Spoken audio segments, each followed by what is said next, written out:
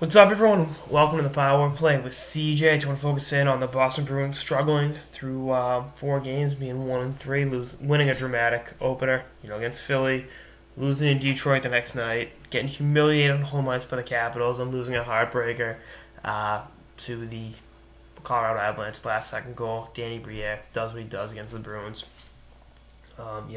There's obviously issues offensively. They have 4 goals through 4 games. Again, they've had more than 1 goal. It's a 2-1 game against Philly. Not exactly an ideal situation, but you got to look at what are their options now. They shouldn't have Seth Griffin, up there with Krejci and Lucic. Thinks he'd be a good pro player. I just don't think he's ready to be on that line.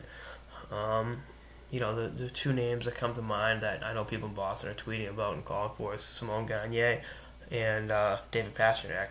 The 18-year-old Pastrnak has 3 goals through 2 games. Has 3 points through 2 games in the AHL. Obviously, that's great, but it's also important to mention he's 160 pounds and he's 18 years old.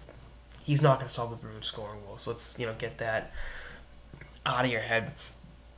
Out of sight. Gagne is a little more intriguing, but he hasn't played a real NHL game in almost 2 years.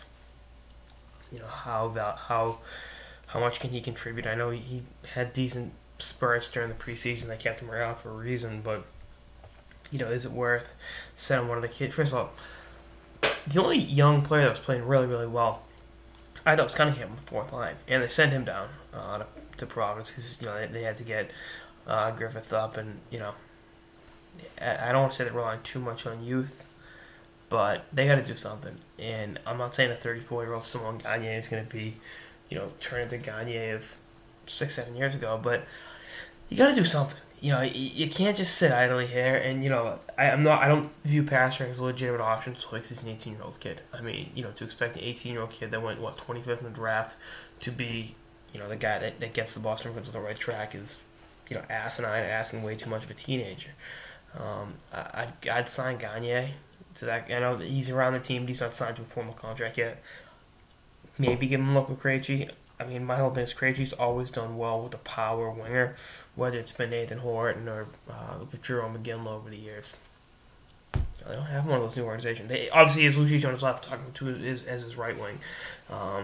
That's neither one of them's walking through that door, and it's again not something you drew up this way, but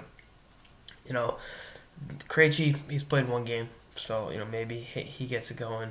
They're in Detroit again Wednesday night. That's going to be a tough battle. They're obviously going to be looking for, chances to get on the score sheet to solve their offensive woes. But, you also have to, think outside the box. Claude's going to mix some things up. And it means breaking up Krejci and Lucic. I mean, you got to do something.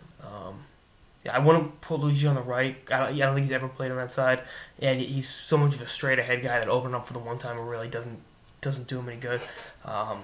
But it's time to deliver now. When you got a deep team and everything's going well, it's easy to look like a great coach. But when you're down in the dumps, 1-3 on the season, and in a market like Boston where fans are quick to hit the panic button, it's I mean this is the same market that. This time 2 weeks ago, was calling for Tom Brady's head. And you got a 3-time Super Bowl winner, multiple NFL MVPs, and he's done. Let's trade him. He's a bum. So the fan mindset's like that. The Bruins are built to win now, and 1-3 start isn't exactly the way to draw it up, but I think they'll snap out of it. But Claude's gonna start getting creative, and Peter Chiarelli, I think that one of his biggest failures obviously was not addressing the Boychuk. You have to trade a defenseman going into the summer with the offseason, with the salary cap and everything. If you moved Boychuk at the draft and amnestied Chris Kelly, they could have re-signed Gimla. And with Iggy in that lineup, I have a hard time believing they have 4 goals through 4 games.